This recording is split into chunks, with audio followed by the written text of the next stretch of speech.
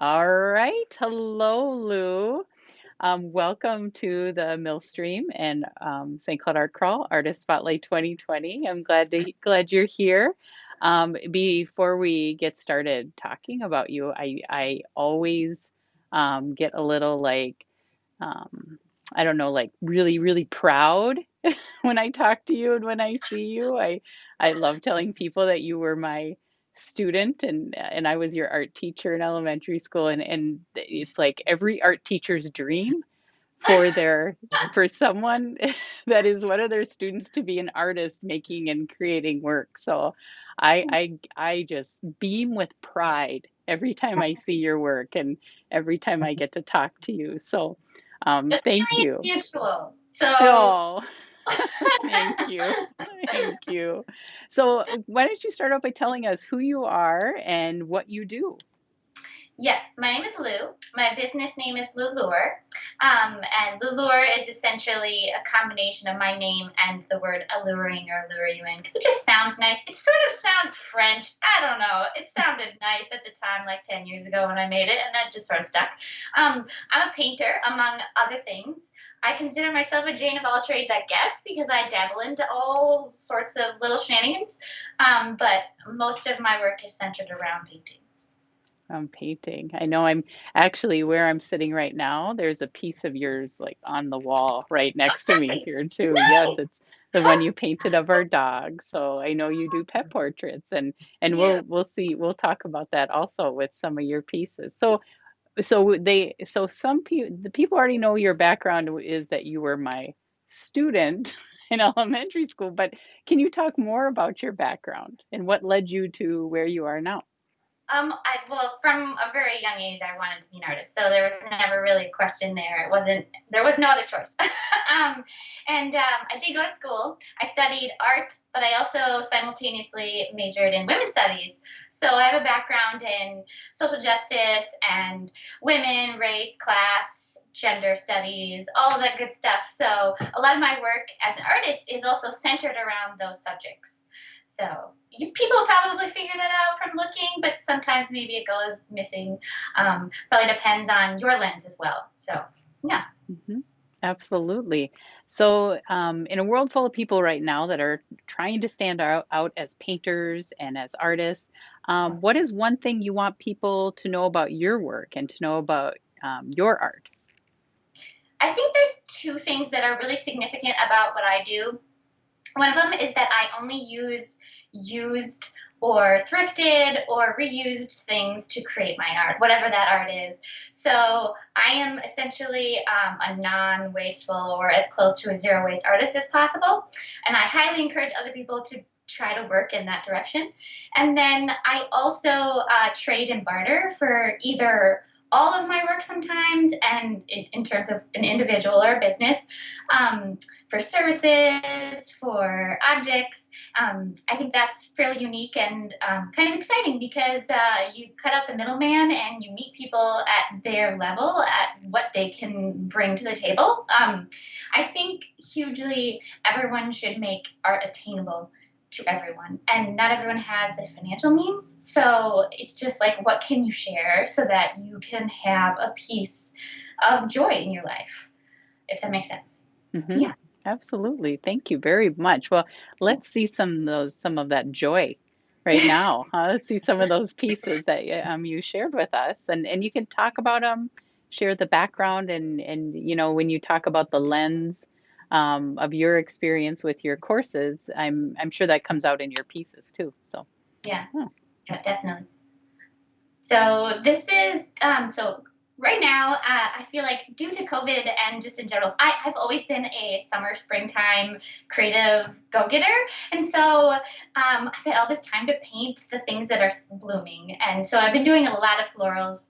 This is some poppies that I did. Oh, probably like about a month and a half ago. Um, yeah, there's just something to sort of zest up your life with. I'm all about painting something to make your life more joyful, to promote positivity, and just to generally send some light out into the world. Hmm. I see that in your pieces. I do.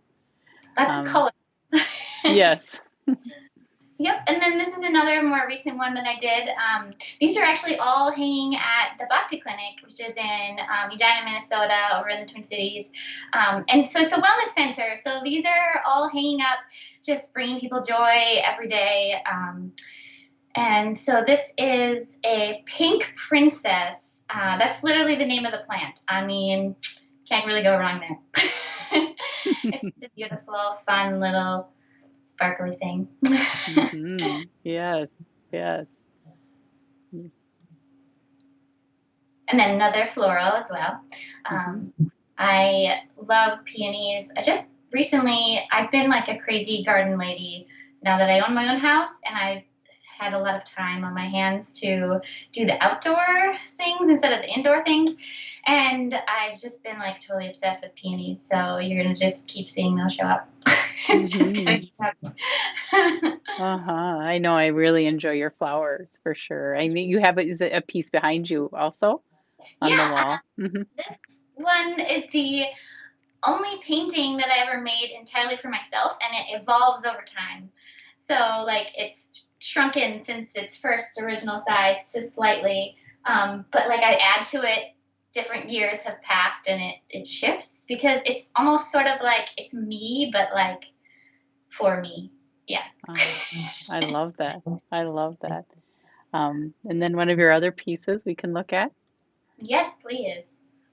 So I do a lot of landscape stuff, and then recently I've just been putting because I used to put women in nature, and it was the whole series that I did was all about reclaiming natural spaces and alone time and adventure time as a femme oriented individual, because you're told that like you got to be safe, you can't go places alone, and I wanted to create spaces for femme oriented people to explore and adventure, knowing that there's no big bad wolf gonna come and get you. But then more recently, I did a show at the Cat Cafe in Minneapolis here, and I was like, I'm just gonna like put cats in all of my landscapes, and I sold every single one of them. I mean, it was a cat cafe, so I guess that makes sense. But I loved doing that. So right there, you have an image of just a regular landscape, and then one of the Cat Cafe paintings that I did of a little guy in there Hmm. on an Nice, adventure. because you have a few cats of your own and I do. I they have show three. up in your work. I totally do. Yeah. In more ways than one might even know. They're always here. They're crawling around as we speak. So Oh, I was hoping one of them would pop up and sit on the couch and just like show off for us all, but no, of course not. They're cats. yep, that's right. All right. I think the next piece is a commission. No, another floral. Yeah, that one's a good example of just like kind of just going with whatever is available to me. So that one is just on a scrap piece of like that backer board, which I think is an interesting juxtaposition to like this like intense floral painting. But I like that idea that you're reclaiming these items that would otherwise just kind of be to one person, just like, oh, let's just toss this, and to another person, you can create this beautiful piece of art on. Hmm. I love Yeah. that. I love that. We'll look at the next piece here. Oh, here you go. Oh, this is my favorite thing to do. Okay, let's be real. Like I could just do this forever. Um, and not only is this a pet portrait, but this is a commission piece where the person gave me almost entire freedom. Like I had full reign as a creative individual. I love it when people do that, where they're like, you choose size, you choose color, you let me just go with the flow and figure out how it would look best for your creature, or just anything. Honestly, that's ultimately the goal is when you're asking an artist to do a commission that they will just allow you to have fun and play and do as your eye sees best. So that, and I am a cat lady, so if I literally paint cat pet portraits with free creative reign, like here we go. Set for Hmm. that. So I know you've done one for us too. Do you do a lot of pet portraits? Is that something?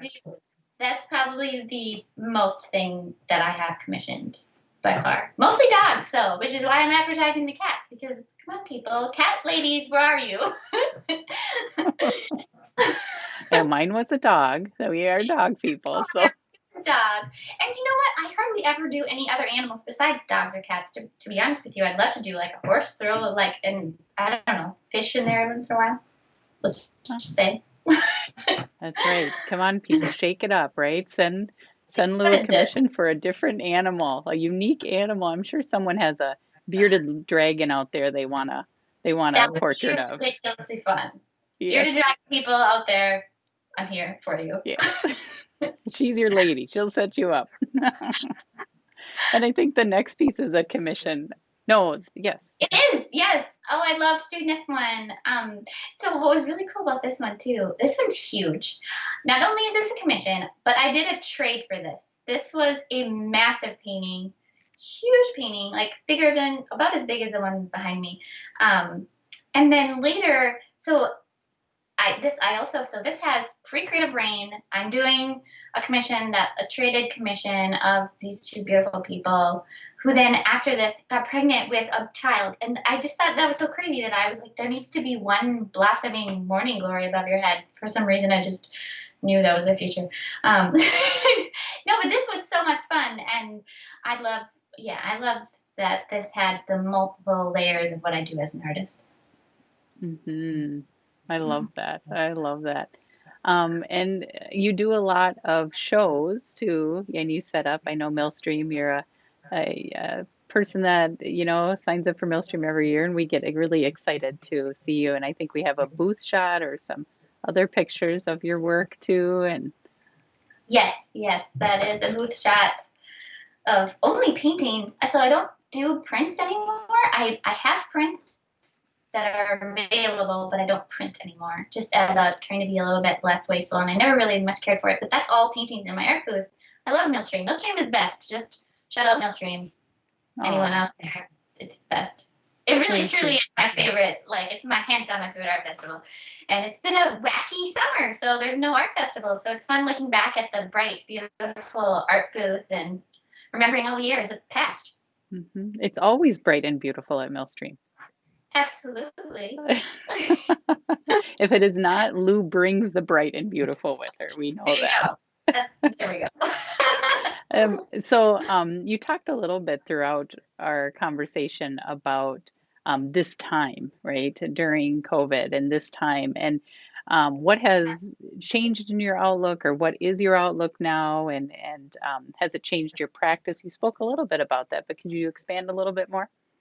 Yeah, I think this is a very tricky time for artists. I think that overall it's extremely financially difficult, just due to the fact that we're not out and about doing the things that we love to do. I live paint and I can't live paint anymore, or at least currently. And you have the art festivals, you have art shows, exhibits. I probably had 5 or 6 exhibits that were just literally me going to hang work somewhere like at a location, a restaurant, etc. And I just wasn't able to do that. So that's a definite problem, obviously. But then there's this whole other component that I think needs to be touched on, and that's um, I'm a extremely prolific person in the warmer months, and that makes it really tricky when there's all these festivals and things happening for me to actually get a lot done. And so on the flip side of things, I think a lot of artists have found a significant amount of time to make work.